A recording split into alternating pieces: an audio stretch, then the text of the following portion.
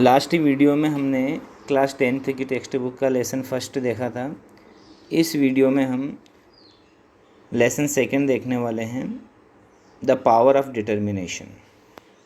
Power यानी शक्ति, determination यानी कि दृढ़ संकल्प। दृढ़ संकल्प की शक्ति क्या होती है वो हम इस लेसन के द्वारा समझेंगे।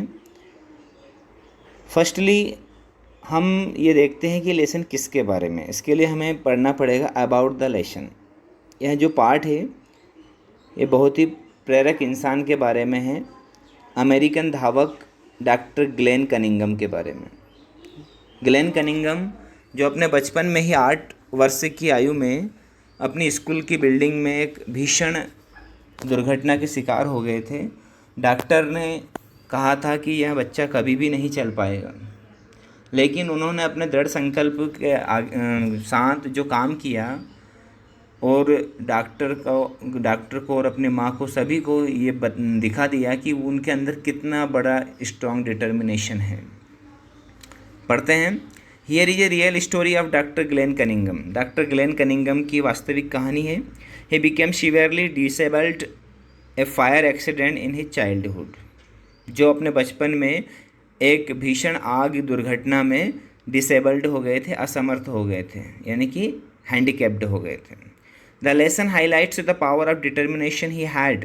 यह पाठ उस डिटर्मिनेशन की पावर को हाईलाइट करता है जो उनके अंदर थी, यानी उस दृढ़ संकल्प की ताकत को बताता है जो उनके अंदर थी। And how this power enabled him to struggle against and overcome the challenges that stared him in the faces. और किस प्रकार उन्होंने अपने इस पावर का इस्तेमाल किया उनके सामने जितनी चुनौतियाँ थी उनको हराने के लिए, और उन सब चीज़ों को एक्सेप्ट किया जो उनसे उम्मीद नहीं थी। Ultimately he became the fastest mile runner of the world. और अंततः उन्होंने अपने आप को विश्व का सबसे तेज़ माइल रनर साबित करके दिखाया। माइल रनर क्या होता है? देखिए, जैसे आज मीटर में और किलोमीटर में रेस होती है, पहले के समय में 1934-1930 के समय में मील में होती थी, यानी कि मीलों दौड़ा जाता था। तो उस मील में वो सबसे तेज़ धावक बने। लेसन स्टार्ट करते हैं। The power of determination. The little country. Little country का अर्थ यहाँ पर एक छोटे से गांव से, यहाँ पे कंट्री का अर्थ गांव है। The little country school house was heated by an old fashioned pot bellied coal stove.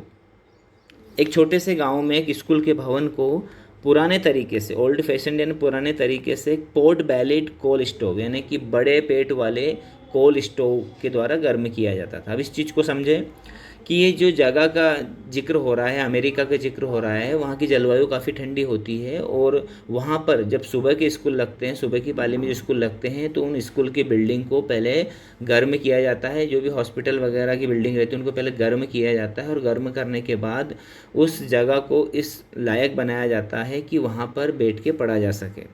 तो उस जो है जगह में एक पुराने तरीके से एक कोल स्टोव यानी कि बड़े पेट वाला, पॉट बेलेट यानी बड़े पेट वाले स्टोव के द्वारा उसको जो है गर्म किया जाता था। A little boy had the job of coming to school early each day to start the fire and warm the room before his teacher and his classmates arrived। एक छोटे से बच्चे का यह कार्य होता है जिसको हम ग्लेन कनिंघम भी कह सकते हैं। उस ग्लेन कनिंघम नाम के बालक का ये कार्य होता था कि वहाँ सबसे पहले, यानी उसके टीचर और दूसरे विद्यार्थी ना आए उसके पहले आकर उस स्कूल की बिल्डिंग को गर्म करने का काम उसका होता था। यानी कि उस स्टोव वगैरह को जलाने का, उस स्कूल की बिल्डिंग को गर्म करने का काम किसके जिम्मे था? ग्लेन कनिंघम के जिम्मे। ठीक है, पहला पैराग्राफ समझ में आ गया कि एक ऐसी जगह पे जहाँ पे सुबह के समय में स्कूल लगता है, वहाँ पे एक छोटे से बच्चे का कार्य होता है कि वहाँ सुबह सबसे पहले आकर उस स्कूल की बिल्डिंग को गर्म करे, उसका काम है। सेकंड पैराग्राफ देखते हैं। One morning they arrived to find the school house engulf in flames. एक सुबह जब सभी विद्यार्थी और दूसरे टीचर आते हैं तो क्या पाते हैं कि स्कूल का जो भवन है वहाँ इनगल्फ इन फ्लेम्स यानी आग की लपटों से घिरा हुआ है।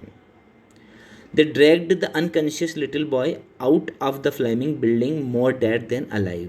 और वो सभी क्या करते हैं? उस छोटे से बच्चे को जो आग जलाने के लिए पहले आया था, वो उस आग की दुर्घटना का शिकार हो जाता है। वह अनकॉन्शियस है। अनकॉन्शियस यानी कि अचेत है, बेहोश है, और वो सभी उसको स्कूल की बिल्डिंग से बाहर निकालते हैं। मोर डेड देन अलाइव, जो कि जीवित कम और मरा हुआ ज़्यादा है। He had major burns over the lower half of his body and was taken to the nearby country hospital. उसके शरीर का निचला हिस्सा पूरी तरह जल गया है और उसको पास के जो है अस्पताल में ले जाया जाता है। सेकंड पैराग्राफ में हमने समझा कि उस लड़के का जो काम था वो बेचारा उसका काम कर रहा था, लेकिन एक सुबह जब सभी विद्यार्थी और टीचर आते तो क्या पाते हैं कि वो जो लड़का है वो दुर्घटना का शिकार हो चुका है। उसके शरीर का कमर के नीचे का पूरा हिस्सा जल चुका है और उसको घसीटते हुए खींचते हुए बाहर निकालते हैं और पास के अस्पताल में ले जाते हैं। From his bed the dreadfully burned, उसके बिस्तर पर बुरी तरह जला हुआ सेमी कॉन्शियस आधा मुर्जित little boy faintly heard the doctor talking to his mother. Faintly यानी कि बड़ी मुश्किल से धीरे धीरे से उसके कानों में कुछ सुनाई देता है कि डॉक्टर उसकी माँ से कुछ कह रहा है। The doctor told his mother, doctor ने उसकी माँ से कहा that her son would surely die which was for the best, कि उनका लड़का निश्चित रूप से मर जाएगा और ऐसा होना भी चाहिए। Really for the terrible fire had devastated the lower half of his body. और डॉक्टर ने ऐसा क्यों कहा? क्योंकि वास्तव में जो टेरिबल फायर थी, जो भयानक आग थी, उसके कारण डिवोस्टेटेड का अर्थ होता है सत्यानाश हो जाना, पूर्णतः नाश हो जाना, यानी कि उस आग के कारण उस बच्चे के शरीर का निचला हिस्सा पूरी तरह ख़त्म हो चुका था। यानी ऐसे बच्चे को ये बच्चा नहीं जीवित रहेगा, ये निश्चित रूप से मर जाएगा और इसको मर भी जाना चाहिए। But the brave boy did not want to die, लेकिन जो वो बहादुर लड़का था वो मरना नहीं चाहता था। He made up his mind, उसने अपने दिमाग में एक विचार लेकर आया, वो उसने दृढ़ संकल्प किया, निश्चय किया दैट ही वुड सर्वाइव, कि वहाँ बच के बताएगा समहाउ, और कैसे करके, ना जाने कैसे। To the amazement of the physician, डॉक्टरों के चमत्कार से ही डिड सर्वाइव, वहाँ लड़का बच भी गया। When the mortal danger was past, और जब वहाँ खतरा टल गया, he again heard the doctor and his mother speaking quietly, और उसने फिर से सुना कि डॉक्टर और उसकी माँ बातचीत कर रहे हैं। The mother was told, और उसकी माँ से ये कहा जाता है that since the fire had destroyed so much flesh in the lower part of his body, कि आग के कारण उसके शरीर के जो निचला हिस्सा है उसका मांस पूरी तरह जल गया है। It would have been better if he had died, यानी अच्छा होता यदि वह मर गया होता। Since he was doomed to be a lifetime cripple with no use at all of his lower limbs, क्योंकि डूम्ड का अर्थ होता अभिशप्त, दुर्भाग्यपूर्ण तरीके से। यहाँ जीवन भर लाइफ टाइम क्रिपल यानी रेंगना या रेंगते हुए, कि यह जीवन भर रेंगते हुए चलेगा, रेंगते हुए जिएगा। With no use at all of his lower limbs, क्योंकि इसके निचले हिस्से का कोई भी इस्तेमाल नहीं कर पाएगा। यानी हमने चौथे पैराग्राफ में पढ़ा कि बहादुर लड़का जो है मन में संकल्प लाता है, मन में इरादा करता है कि नहीं वो बच के बताएगा, और वो डॉक्टर की मदद से, ईश्वर की कृपा से बच भी जाता है। तो डॉक्टर फिर उसकी माँ से बोलता है कि यहाँ बच तो गया है लेकिन इसको मर जाना ही उचित रहता। इस कारण से उचित रहता है क्योंकि दुर्भाग्यपूर्ण तरीके से इसके कमर के नीचे का हिस्सा पूरी तरह खत्म हो गया है, ये कभी भी उसका इस्तेमाल नहीं कर पाएगा। आगे बढ़ते हैं। Once more the brave boy made up his mind, एक बार फिर से लड़का दिमाग में लाता है कि नहीं मेरे को तो कुछ ना कुछ करना है। He would not be A cripple, वहाँ एक क्रिपल बन के नहीं रहेगा। ही वुड वॉक, वहाँ चलेगा।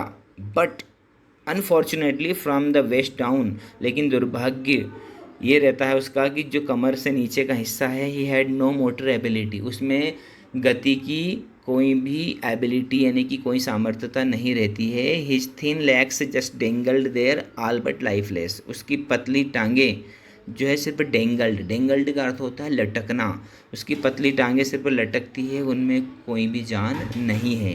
यानी लड़का बच जाता है, बच जाने के बाद में वहाँ फिर से अपने दिमाग में पक्का इरादा करता है कि वहाँ एक कीड़े की तरह नहीं रहेगा, वहाँ चल के बताएगा। लेकिन अब क्या होता है कि उसकी टांगों में बिल्कुल भी जान नहीं है, वो बिल्कुल लटक रही है, बिना जीवन के उसके शरीर से नीचे लटक रही है। Ultimately he was released from the hospital, अब अंततः उसको अस्पताल से छुट्टी मिलती है। Every day his mother would massage his little legs, रोज़ उसकी माँ उसकी पतली टांगों में मसाज करती है। But there was no feeling, लेकिन उनमें कुछ भी फीलिंग्स नहीं आती है, यानी कुछ भी चेतना नहीं आती है। नो कंट्रोल, कुछ भी कंट्रोल नहीं कर पाता है। नथिंग, कुछ भी उसमें जो है असर नहीं हो रहा है। Yet his determination that he would walk was as strong as ever, लेकिन उसका जो पक्का इरादा है वह अभी भी उसी तरह पक्का है जिस तरह वो पहले उसने बनाया था कि नहीं मैं चलूँगा, चाहे मेरे टांगों में जान है या नहीं है। उसकी माँ नियमित उसकी मसाज कर रही है, लेकिन उसमें कुछ भी फ़र्क नहीं पड़ रहा है, कुछ भी जान नहीं आ रही, लेकिन उसका जो इरादा है वो पहले की तरह अभी भी बिल्कुल पक्का है। ओके फ्रेंड्स, अभी हमने यहाँ तक पढ़ा। इसके बाद में ग्लेन कनिंगम अपने जीवन में क्या चेंजेस लेकर आते हैं वो हम अगले वीडियो में पढ़ेंगे। तब तक के लिए गुड बाय।